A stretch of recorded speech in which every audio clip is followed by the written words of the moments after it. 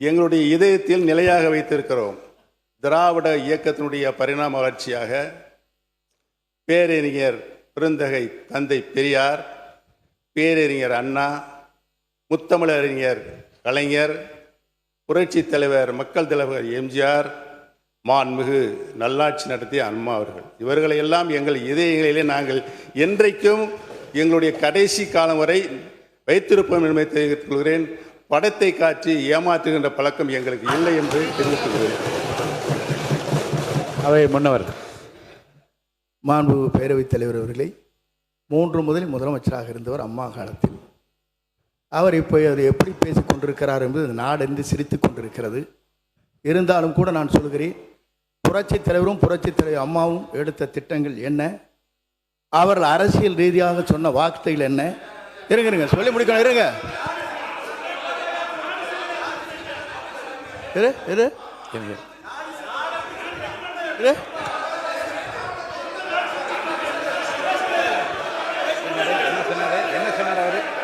சொல்லி இருங்க, அமைதியா இருங்க.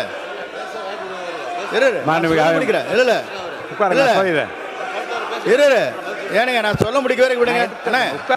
உட்காருங்க உட்காருங்க, நான் சொல்ல போறேன், முடிவு சொல்ல போறேன். உட்காருங்க. இல்லைங்க நான் என்ன உட்காருங்க, இருங்க. அவை முன்னவர் உட்காருங்க, உட்காருங்க.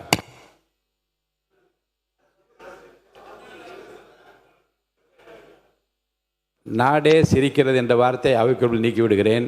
மாண்பு உறுப்பினர் அனைவருக்கு ஒரு செய்தி. மாண்பு உறுப்பினர் முன்னாள் முதலமைச்சர் பேசுகிறார். நல்ல நயமான நல்ல கருத்துக்களை நகைச்சுவையாக எல்லா 2 பக்கமும் பரிமாறிக்கொண்டீர்கள். இந்த பிரச்சனையை தூட்டு விட்டு அவரை நான் பேச அனுமதிக்கிறேன். தொடர்ந்து பேசலாம்.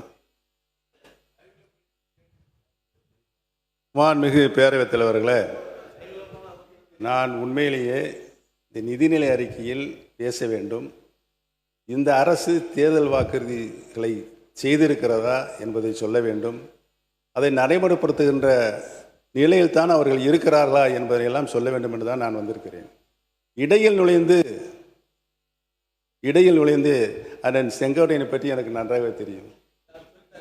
சொல்லிட்டார்ல, முடிஞ்சு வச்சு அதை நான் ட்ரா பண்ணிக்கிறேன்.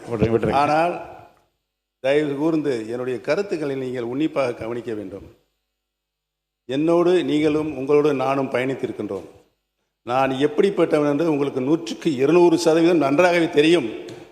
என்னுடைய உறுதிப்பாடு உங்களுக்கு நன்றாக தெரியும். எந்த நிலையும் நான் மாற மாட்டேன். என்னுடைய நிலை திராவிட இயக்கத்தினுடைய பரிணாம வளர்ச்சியாக தான் சுற்றி வந்து கொண்டிருக்கும். நன்றாக தெரிந்து கொள்கிறோம்.